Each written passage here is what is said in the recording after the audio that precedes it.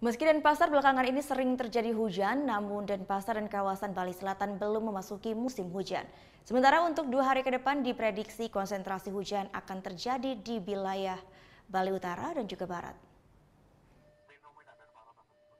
Dari hasil analisa Badan Meteorologi, Klimatologi, dan Geofisika wilayah 3 Denpasar, meskipun Denpasar mulai diguyur hujan, namun saat ini wilayah tersebut baru memasuki masa peralihan dari musim kemarau ke musim hujan. Sesuai dengan prediksi BMKG, musim hujan untuk wilayah Denpasar dan Bali Selatan terjadi pada akhir bulan Desember dan puncaknya terjadi pada bulan Januari.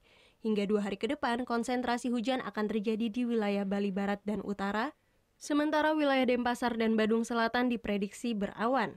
Sedangkan wilayah yang sudah memasuki musim hujan yakni Bali Tengah, Bali Utara, dan Timur.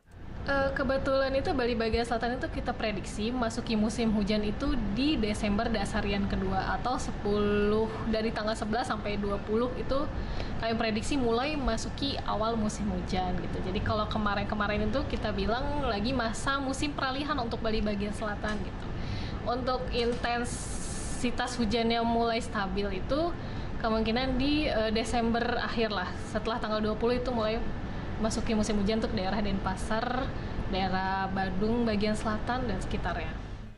BMKG juga menghimbau kepada masyarakat supaya waspada terhadap bencana yang dapat ditimbulkan akibat tingginya intensitas hujan yang sudah mulai terjadi di sebagian wilayah Bali.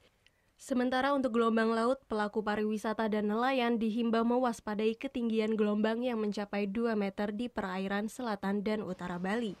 Surya Sanjaya melaporkan untuk NET. Oh yang beneran? Iya, oke. Tapi gue pernah.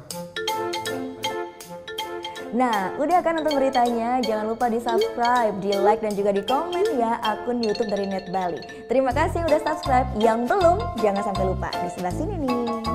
Subscribe.